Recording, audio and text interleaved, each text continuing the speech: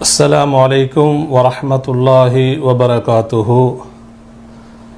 الحمد لله رب العالمين والصلاة والسلام على أشرف الأنبياء والمرسلين نبينا محمد وعلى آله وصحبه أجمعين. أما بعد. அன்பார்ந்த சகோதர சகோதரிகளே, அல்லாஹ்வுடைய அளப்பெரிய அருளின் காரணமாக புனிதமிகு ரமலான் மாதத்தை நாம் அனைவரும் அடையக்கூடிய பாக்கியத்தை அல்லாஹு தாலா நமக்கு வழங்கியிருக்கிறான். நாம் ஹிஜ்ரி 1441 வருடத்துடைய ரமலான் மாதத்தை நாம் அடைந்திருக்கிறோம்.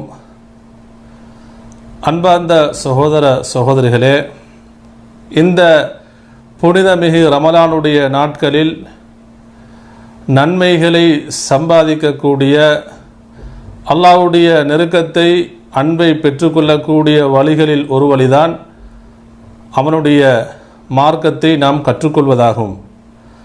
அந்த வகையில் நாம் முக நூலினூடாக ஒவ்வொரு நாளும் ரமதானுடைய நாளில்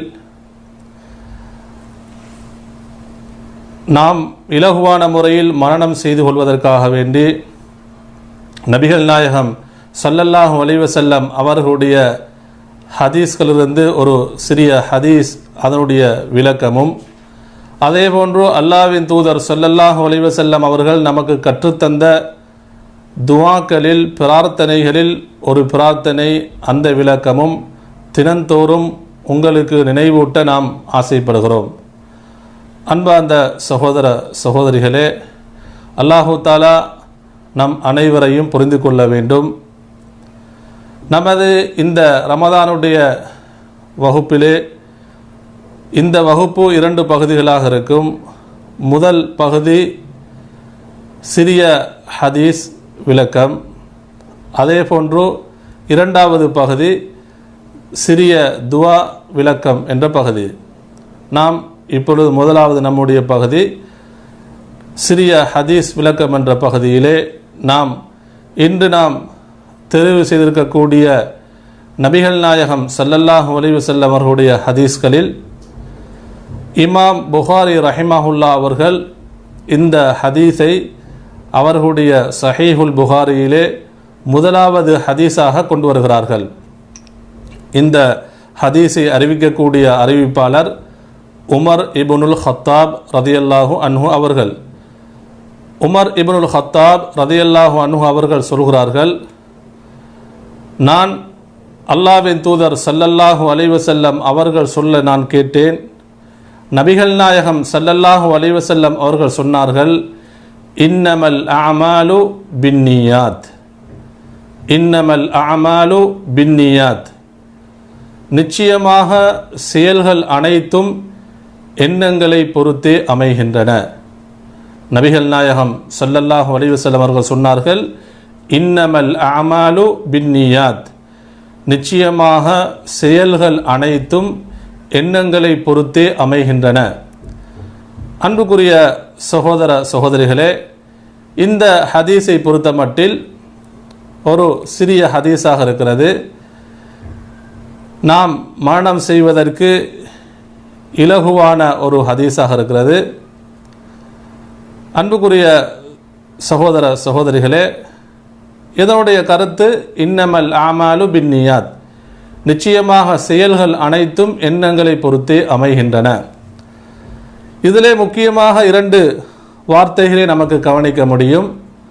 முதலாவது வார்த்தை அல் அமாலு என்று சொல்லக்கூடிய சொல், 2வது அந்நியாத் என்று சொல்லக்கூடிய சொல். அல் ஆமால் என்று சொன்னால் செயல்கள் என்ற கருத்தை தருகின்றது. அமலுன் என்று சொன்னால் செயல், நாம் செய்யக்கூடிய ஒவ்வொரு காரியம், ஒவ்வொரு செயல், அதை குறிக்கும் அமலுன். அந்த அமலுன் என்று சொல்லக்கூடிய வார்த்தையின் பன்மை சொல்தான் அமாலுன் என்று சொல்லக்கூடிய சொல், செயல்கள். அதே போன்று அந்நியாத் என்று சொன்னால் எண்ணங்கள். நீயத்துன் என்று சொல்லக்கூடிய சொல்லின் பன்மைதான் அந்நியாத் என்று சொல்வது. நீயத் என்று சொன்னால் எண்ணம், மனிதன் எண்ணக்கூடிய எண்ணம், நினைப்பது. அதனுடைய பன்மை சொல் தான் நியாத் என்ற அந்த சொல். அன்புக்குரிய சகோதர சகோதரிகளே, இந்த ஹதீஸுடைய விளக்கத்தை நாங்கள் பார்க்கும் பொழுது இமாம் புகாரி ரஹிமஹுல்லா அவர்கள் அவர்களுடைய சஹீஹுல் புகாரியிலே முதல் ஹதீஸாக இந்த ஹதீஸை கொண்டு வருகிறார்கள். அதே போன்று ஹதீஸ் துறை அறிஞர்கள், அதே போன்று ஃபிக்ஹுடைய விளக்கங்களை நூல்களை எழுதக்கூடிய அறிஞர்கள், மார்க்க கல்விகளை தொகுக்கக்கூடிய அறிஞர்கள் அனைவரும் அவர்களுடைய நூல்களில் முதல் செய்தியாக இந்த ஹதீஸை கொண்டு வருவார்கள். ஏனென்று சொன்னால் ஒவ்வொரு மனிதனுடைய செயல்களும் எண்ணங்களை பொறுத்து தான் அமைகின்றன. அல்லாஹு தாலா அந்த செயல்களை அவனுடைய எண்ணங்களுக்கு ஏற்பதான் அதை ஏற்றுக்கொள்வான், அதற்கு நன்மை வழங்குவான். அன்புக்குரிய சகோதர சகோதரிகளே, நியத் என்பது ஒரு விடயத்தை நாடி அதனை செய்வது என்று உறுதி கொள்வதற்கு நியத் என்று சொல்லப்படும். ஒரு மனிதன் ஒரு விடயத்தை செய்வதாக உறுதியாக அவன் நினைத்தால், எண்ணினால், அவர் அந்த விடயத்தில் நியத்து வைத்து விட்டார் என்பதே மார்க்க விளக்கமாகும். அன்புக்குரிய சகோதர சகோதரிகளே, உதாரணமாக சொல்வதென்று சொன்னால், நாம் வுது செய்ய போகிறோம். அந்த வுதுவிற்கு நாம் நியத்து வைப்பது கடமையாக இருக்கிறது, நிபந்தனையாக இருக்கிறது. எனவே நாம் அந்த வுதுவுடைய செயலை செய்ய போகிறோம் என்று நாங்கள் நினைத்தால், அந்த செயலை செய்வதாக உறுதி கொண்டால் அது நியத்தாக மாறிவிடும். அதே போன்றுதான் ஏனைய எல்லா வணக்க வழிபாடுகளும். அன்புக்குரிய சகோதர சகோதரிகளே, நபிகள் நாயகம் ஸல்லல்லாஹு அலைஹி வஸல்லம் அவர்கள் நோன்புடைய நியத்து சம்பந்தமாக சொல்லும் பொழுது சொன்னார்கள், மல்லம் யுபையித் அஸ்ஸியாம் மினல் லைலி, ஒருவர் இரவுடைய ஒரு பகுதியில் கடமையான ஃபரதான நோன்புக்கு அவர் நியத்து வைக்கவில்லை என்று சொன்னால், ஃபலா சியாம லஹு, அவருக்கு நோன்பு கிடையாது, நோன்பு இல்லை என்று சொல்கிறார்கள். அன்புக்குரிய சகோதர சகோதரிகளே, எனவே நாம் செய்யக்கூடிய ஒவ்வொரு செயல்களுக்கும் நியத் அவசியமான ஒன்றாக இருக்கிறது. அடுத்ததாக அன்புக்குரியவர்களே, அறிஞர்கள் சொல்வார்கள், இந்த நியத் என்பது அவர்கள் உதாரணமாக சொல்லும்போது சொல்வார்கள், ஆதிஹி நியத்து ஃபி ஆமாலினா, நாங்கள் செய்யக்கூடிய செயல்களில் நாம் வைக்கக்கூடிய அந்த நியத் என்பது கல் அர்வாஹி ஃபில் அஜ்சாத், மனிதனுடைய உடம்பு இருக்கிறது, உடம்புக்குள்ளே உயிர் இருக்கிறது. அவர்கள் சொல்கிறார்கள், செயல்கள் என்பது மனிதனுடைய உடம்பை போன்றது, நியத் என்பது அந்த உடம்பில் இருக்கக்கூடிய உயிரை போன்றது.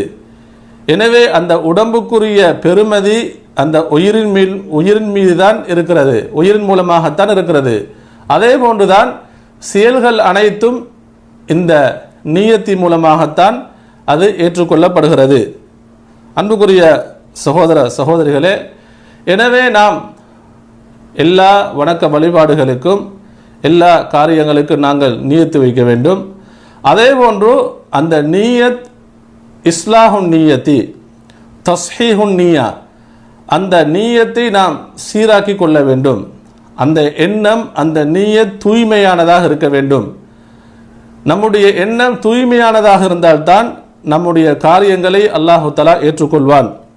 அன்புக்குரிய சகோதர சகோதரிகளே, அறிஞர்கள் சொல்வார்கள், தஅல்லமுன் நியா, எப்படி மார்க்க விளக்கங்களை கற்றுக்கொள்ளுங்கள், மார்க்கத்தை கற்றுக்கொள்ளுங்கள், தொழுகையை கற்றுக்கொள்ளுங்கள், ஈமானை கற்றுக்கொள்ளுங்கள், அல் குர்ஆனை கற்றுக்கொள்ளுங்கள் என்று சொல்வார்களோ அதே போன்று சொல்வார்கள், தஅல்லமுன் நியா, நீயத்தை கற்றுக்கொள்ளுங்கள், நீயத்தை படித்துக் கொள்ளுங்கள் என்று சொல்கிறார்கள். ஒரு அறிஞர் சொல்கிறார், ருப்ப அமலின் சகீரின் துஅல்லிமுஹுன் நியா, எத்தனையோ சிறிய செயல்கள் இருக்கிறது, அமல்கள் இருக்கிறது, மனிதனுடைய நீயத்தின் மூலமாக அது மகத்தான ஒரு அமலாக மாறுகிறது. அவன் செய்யக்கூடிய செயல் ஒரு சிறிய செயல்தான், ஆனால் அல்லாஹு தஆலா அந்த மனிதனுடைய தூய்மையான எண்ணத்தின் மூலமாக தூய்மையான நீயத்தின் மூலமாக அல்லாஹு தஆலா அதற்கு மகத்தான நன்மைகளை வழங்குகிறான். அந்த அமல் மகத்தான ஒரு அமலாக மாறிவிடுகிறது. அதே போன்று வருப்ப அமலின் கபீரின் துஸகிருஹுன் நிய்யா, எத்தனையோ பெரிய செயல்கள் இருக்கிறது, பெரிய அமல்கள் இருக்கிறது, மனிதனுடைய நீயத்தின் மூலமாக அது சிறுமை அடைந்து விடுகிறது. காரியம் அந்த செயல் பெரிதாக இருக்கிறது, மனிதனுடைய எண்ணங்களில் தூய்மை இல்லாத காரணத்தினால், இஹ்லாசுன் நிய்யா தூய்மையான அந்த எண்ணம் நீயத் இல்லாத காரணத்தினால் அந்த அமல்கள் சிறுமை அடைந்து விடுகின்றது. அன்புக்குரிய சகோதர சகோதரிகளே, எனவே நாம் ஒவ்வொரு செயல்களுக்கும் நாம் நீயத்து வைப்பது ஷருத்தாக நிபந்தனையாக இருக்கிறது. அதே போன்று நம்முடைய நீயத்தும் தூய்மையானதாக இருக்க வேண்டும்.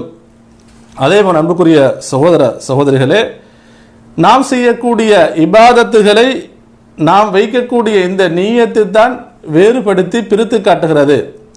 உதாரணமாக சொல்வதென்று சொன்னால், நாம் ஃபஜ்ருடைய கடமையான தொழுகையை தொழுவதற்கு நாம் நியத்து வைக்க வேண்டும், மனதினால் நாம் நியத்து வைக்க வேண்டும். ஃபஜ்ருடைய தொழுகையும் 2 ரக்காத்தை கொண்டது, அது கடமையான தொழுகை, ஃபர்லான தொழுகை. ஃபஜ்ருடைய தொழுகைக்கு முன்னால் நாம் தொழக்கூடிய சுனனுர் ரவாத்திப் என்று சொல்லக்கூடிய 2 ரக்காத் சுன்னத்தான தொழுகைகள், அதுவும் 2 ரக்காத்தை கொண்டது. எனவே 2 தொழுகைகளும் 2 ரக்காத்துகளை கொண்ட தொழுகை தான். ஆனால் முதலாவது தொழுகைக்கு நாம் ஃபஜ்ருடைய சுன்னத்தான தொழுகைக்கு நாங்கள் நியத்து வைக்க வேண்டும். இரண்டாவது 2 ரக்காத்து தொழுகைக்கு ஃபர்லுடைய தொழுகைக்கு நாங்கள் நியத்து வைக்க வேண்டும். எனவே இந்த 2 தொழுகைகளையும் நம்முடைய நீயத்து வேறுபடுத்தி காட்டுகிறது, பிரித்து காட்டுகிறது.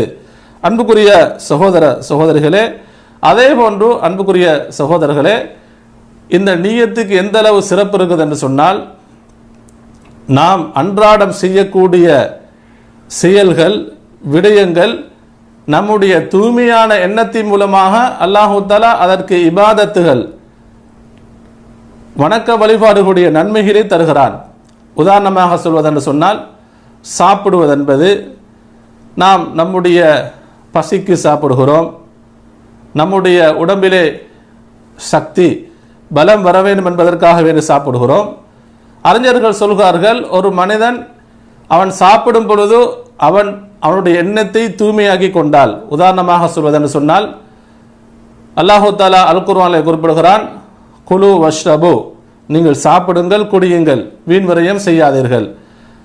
இந்த அல் குர்ஆனுடைய வசனத்தை தன்னுடைய மனதிலே அவன் நினைத்து பதிந்து அல்லாஹ்வுடைய ஒரு கட்டளை என்று சாப்பிடுகிறான். அதே போன்று என்னுடைய இந்த சாப்பாட்டின் மூலமாக, உணவு உட்கொள்வதன் மூலமாக என்னுடைய உடம்பிலே நான் பலத்தை ஏற்படுத்தி நான் அல்லாஹ்வை அதிகமாக வணங்க வேண்டும் என்ற அந்த எண்ணத்தை ஏற்படுத்திக் கொள்கிறான், அந்த நீயத்தை ஏற்படுத்திக் கொள்கிறான். இந்த சாப்பாட்டின் மூலமாக, உணவின் மூலமாக ஏற்படக்கூடிய சக்தியின் மூலமாக, என்னுடைய உடலில் ஏற்படக்கூடிய ஆரோக்கியத்தின் மூலமாக நான் அல்லாஹ்வை அதிகமாக வணங்குவேன் என்ற எண்ணத்தை ஏற்படுத்திக் கொள்கிறான். அன்புக்குரிய சகோதரர்களே, அவன் சாப்பிடும் பொழுது அவனுக்கு அது நன்மையாக பதியப்படுகிறது. அதே போலதான் நாங்கள் தூங்கும் பொழுது, நாம் குளிக்கும் பொழுது, குளிப்பென்று சொன்னால் நாங்கள் கடமையான குளிப்பை குளிக்கும் பொழுது நம்முடைய நியத் அமைய வேண்டும். இவ்வாறு நாங்கள் அன்றாடம் செய்யக்கூடிய காரியங்களை அல்லாஹ்வுக்காக வேண்டி என்ற அந்த நியத்தை நாங்கள் ஏற்படுத்தி கொள்ளும் பொழுது அல்லாஹு தஆலா நமக்கு அதை நன்மையாக ஒரு வணக்கமாக பதிவு செய்கிறான். அன்புக்குரிய சகோதர சகோதரிகளே, அதே போன்று நாம் இந்த நீயத், தூய்மையான நீயத் என்பது ஒவ்வொரு காரியத்தையும் நாங்கள் செய்வதற்கு முன்னாலும் நீயத் அவசியமாக இருக்கிறது, தூய்மையானதாக இருக்க வேண்டும். அதே நாமல் ஒவ்வொரு செயல்களை வணக்கங்களை செய்து கொண்டிருக்கும் பொழுது அந்த வணக்கங்களை செய்து முடிக்கும் வரைக்கும் நம்முடைய எண்ணம் தூய்மையானதாக இருக்க வேண்டும். அதே போன்று நாம் ஒரு வணக்கத்தை செய்து முடித்ததன் பின்னாலும் நம்முடைய எண்ணங்கள் தூய்மையானதாகவே இருக்க வேண்டும். அதற்கு பின்னால் கூட முகஸ்துதி வரக்கூடாது. எனவே அன்புக்குரிய சகோதர சகோதரிகளே, நாம் இன்று கற்றுக்கொண்ட முதலாவது சிறிய ஹதீஸ் தான் நபிகள் நாயகம் ஸல்லல்லாஹு அலைஹி வஸல்லம் அவர்கள் சொன்ன ஹதீஸ், இன்னமல் அமாலு பின்னியாத், நிச்சயமாக செயல்கள் அனைத்தும் எண்ணங்களை பொறுத்தே அமைகின்றன. எனவே அன்புக்குரிய சகோதர சகோதரிகளே, நான் உங்களிடம் அன்பாக வேண்டிக் கொள்வது, அல்லாஹ்வின் தூதர் ஸல்லல்லாஹு அலைஹி வஸல்லம் அவர்களுடைய இந்த ஹதீஸ்களை நாங்கள் மானம் செய்து கொள்ள வேண்டும். இதுவும் அல்லாஹ்வுடைய வஹீயுடைய செய்தியாக இருக்கிறது. எங்களுடைய எண்ணங்களை நாங்கள் தூய்மையாக்கி கொள்ள வேண்டும். அதே போன்று நாங்கள் ஹதீஸை மரணம் செய்யும் பொழுதோ இதனுடைய பொருளை உணர்ந்து நாம் மரணம் செய்வோம் என்று சொன்னால் இதனுடைய மகத்துவம் நமக்கு விளங்கும். அதே போன்று அல்லாஹ்வை நெருங்குவதற்கு அதற்கு நமக்கு ஒரு நல்ல ஒரு வாய்ப்பாக அமைந்து விடுகின்றது.